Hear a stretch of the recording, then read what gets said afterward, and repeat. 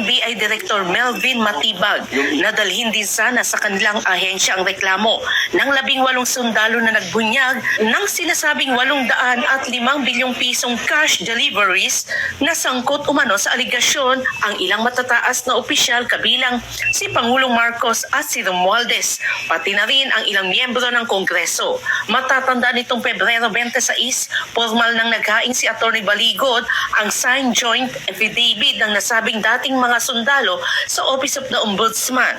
Ayon sa kanya, may mandato rin ang ahensya na magsagawa ng investigasyon sa nasabing reklamo. Babala ni Matibag, kung hindi kusang magsusumiti ng kanilang sinumpaang salaysay ang mga sundalo, maaari silang padalhan ang subpina upang humarap sa investigasyon. With all due respect kay Atty. Baligod, dalhin sana nila dito yung issue.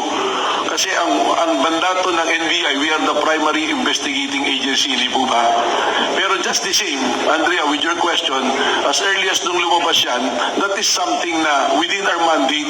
Kaya I gave a directive already to investigate. Ayon kay Matibag, kailangang patunayan ng mga sundalo ang kanilang mga aligasyon, lalo na kung saan umano nagmula ang sinasabing bilyon-bilyong piso. Sa naging pahayag ng NBI chief, hindi malinaw sa expose kung ang naturang halaga ay mula sa pampublikong pondo o pribadong pinagmulan. Isang mahalagang detalye na aniyay dapat linawin. Kinontra rin ng NBI ang pahayag ng abogado ng mga sundalo na si Atty. Levi Baligod na tanging Office of the Ombudsman lamang ang may kapangyarihang magsiyasat sa usapin. Ayon sa Bureau, maaari silang magsagawa ng hiwalay na fact-finding investigation kung kinakailangan. Dagdag pa ng NBI, maaari ring busisiin ang background ng mga sundalo, kabilang kung may kaugnayan ng kanilang expose sa anumang nakabinbing kaso tulad ng perjury.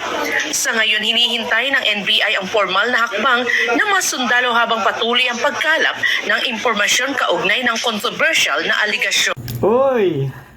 Yung NBI, gusto daw nilang dalhin sa kanila yung reklamo ng 18 ex-marine tungkol doon sa ibinunyag na sila yung nagdi-deliver ng mali-malitang pera.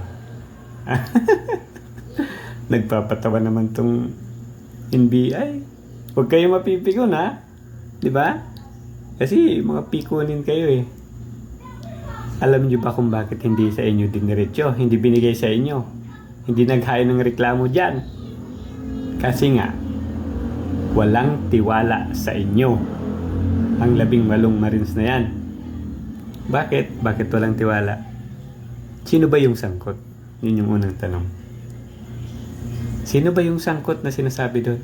May mga congressman. May senador.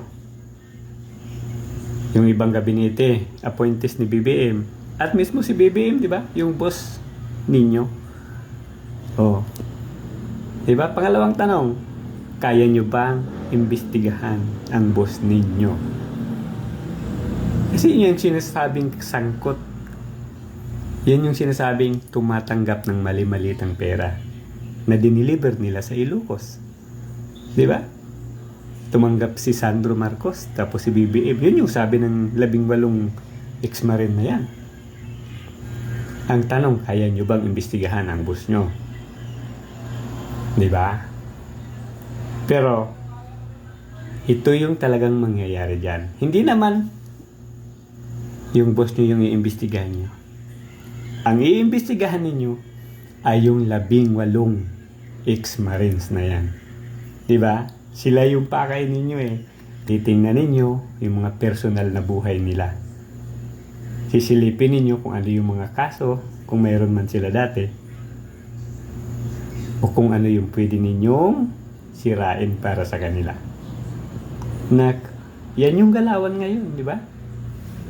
Kaya nga, hindi na mapagkakatiwalaan yung administrasyon ngayon. Napakalaking budol, nilimas yung pera ng bayan. Diba? Ubos. Bilyon, trilyon na nga eh. Hindi lang dang-dang bilyon, trilyon na. Mali-malitang pera. Diba? Anong sabi ng BSP? Wala ng pera yung gobyerno para ibangon yung ekonomiya ng bansa. Wala na. Pinaghati-hatian na. Di man lang tayo naambunan, ano? Jackpot! Jackpot yung mga katim ng mga naghati, di ba?